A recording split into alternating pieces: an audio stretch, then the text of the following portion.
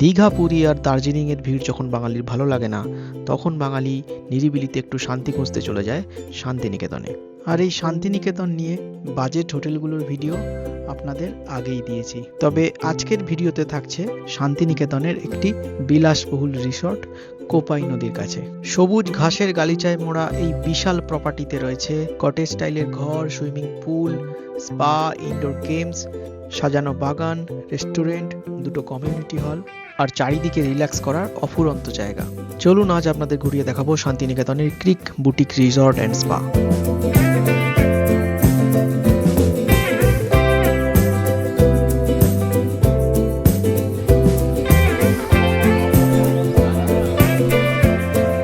সকাল 7:30 নাগাদ আমরা হাওড়া স্টেশনে চলে এসেছিলাম বোলপুর যাওয়ার জন্য জামালপুরগামী বন্দে ভারত এক্সপ্রেস ধরতে। এই ট্রেন সকাল 8:45 হাওড়া থেকে ছেড়ে 9:15 নাগাদ বোলপুরে পৌঁছায়। টিকিটের প্রাইস আমি স্ক্রিনে দিয়ে দিলাম। ট্রেনে ওঠার কিছুক্ষণের মধ্যেই চলে এসেছে গরম চা, তার সাথে দুটো করে বিস্কুট।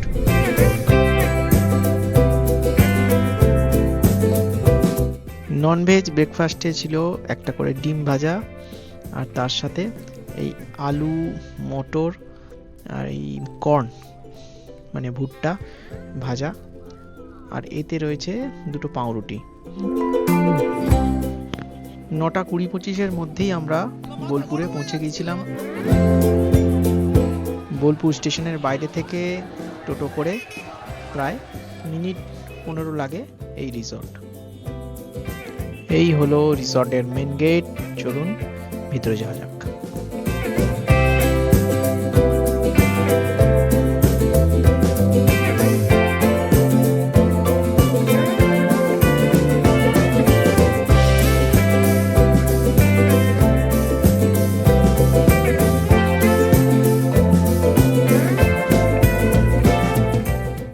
সুন্দর এই রিসর্টের বাকি অংশটুকু আপনাদের পরে ঘুরে দেখাচ্ছি।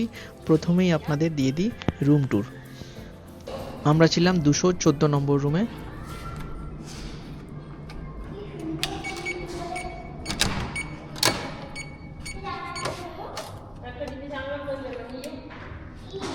ঘরে ঢুকেই বাঁ দিকে রয়েছে একটা বড় কাওয়ার বা আলমারি, যাই বলেন না কেন, যথেষ্ট স্পেস আছে এখানে। এরপর ডান দিকে রয়েছে টয়লেট, ওয়াশরুম, বাথরুম, যাই বলেন না কেন। ডান দিকে রয়েছে ওয়েট সেকশন, আর ঢুকেই রয়েছে ড্রাই সেকশন।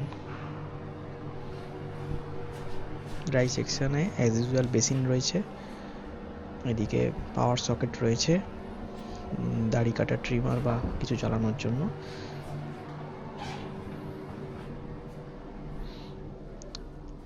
এদিকে একটা টেবিল, এদিকেও একটা টিভির সামনে বড় ডেস্ক রয়েছে। দেখুন এক্সট্রা বেড দেওয়াই রয়েছে, এটাতে 3 জন শোয়া যাবে। এই যে এখানে যে খাটটা দেওয়া রয়েছে এটা বড় বেড, তাতেও 3 জন শোয়া যাবে। 4 জনও যদি থাকেন আর একটা এক্সট্রা বেড দেওয়াই রয়েছে। এবার আসি রুমের ব্যালকনিতে। এই দেখুন এটা হলো একটা সুইমিং পুল ফেসিং রুম। ব্যালকনিতে যথেষ্ট জায়গা রয়েছে বসার, এখানে বসে আপনি চা কফি খেতে পারেন। ফলস সিলিংটা মোটামুটি এইরকম, একটা পাখা আছে, আর এখানে পুরো চা কফি চিনির পুরো সেট দেওয়া রয়েছে ঘরে বসে চা কফি করে খাওয়ার জন্য। চলুন এবার রিসর্টের বাইরেটা আপনাদের একটু ঘুরিয়ে আনি। রিসর্টের চারিদিকের গাছপালা, ঘাস কতটা মেনটেন করা হয় এই জায়গাগুলো দেখলেই বুঝতে পারবেন।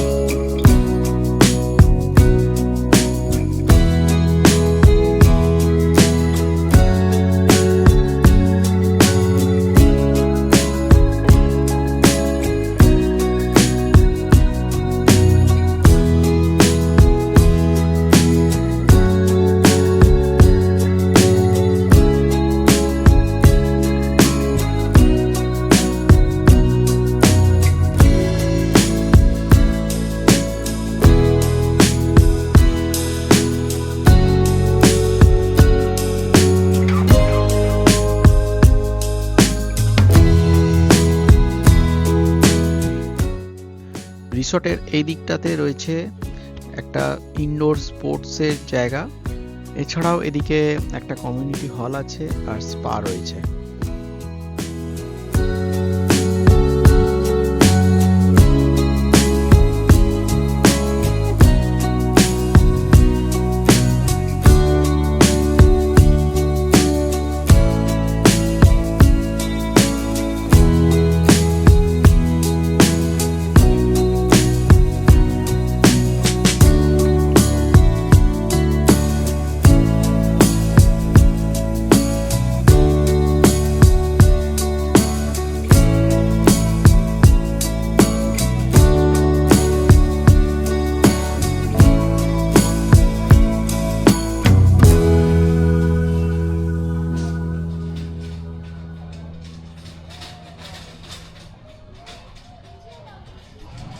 রাতের এরকম মায়াবী পরিবেশে ডিনারের আগে আমরা এনজয় করেছিলাম এখানকার সাংস্কৃতিক অনুষ্ঠান, আদিবাসী নৃত্য আর বাউল গান।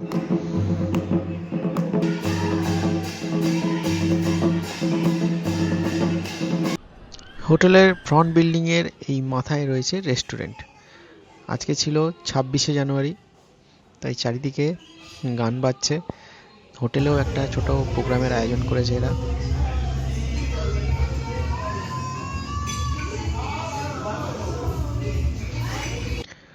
এই হোটেলের কমপ্লিমেন্টারি ব্রেকফাস্টে ছিল প্রচুর আইটেম, প্রায় 50 রকমের উপর আইটেম।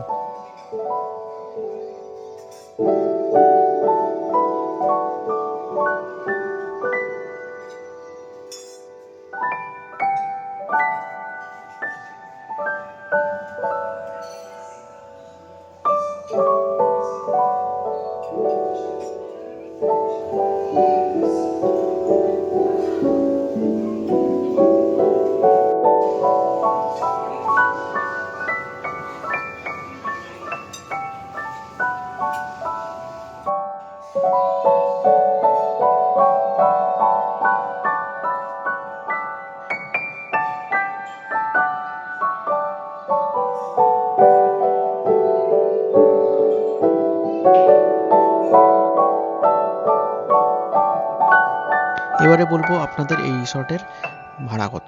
মেক মাই ট্রিপ, গোয়াই পিপো এই ধরনের যে কোনো বুকিং সাইটে গেলে দেখতে পারবেন যে এই হোটেলের ভাড়া মোটামুটি 4400 থেকে 5500-র মধ্যে থাকে, তবে কখনো কখনো 4000, 3800 থাকে। এবার সেটা আপনার ভাগ্য কখন কীরকম থাকবে, তবে গড়ে 4500 আপনি ধরে চলতে পারেন।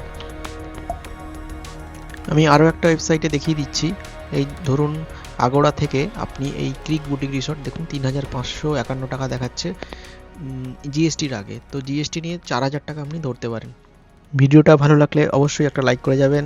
এই রিসর্ট সম্বন্ধে আরও কোনো ইনফরমেশনের দরকার হলে কমেন্ট করে জানাতে ভুলবেন না। আজকের মতো টাটা বন্ধুরা, দেখা হচ্ছে পরের ভিডিওতে অন্য কোনো জায়গায়।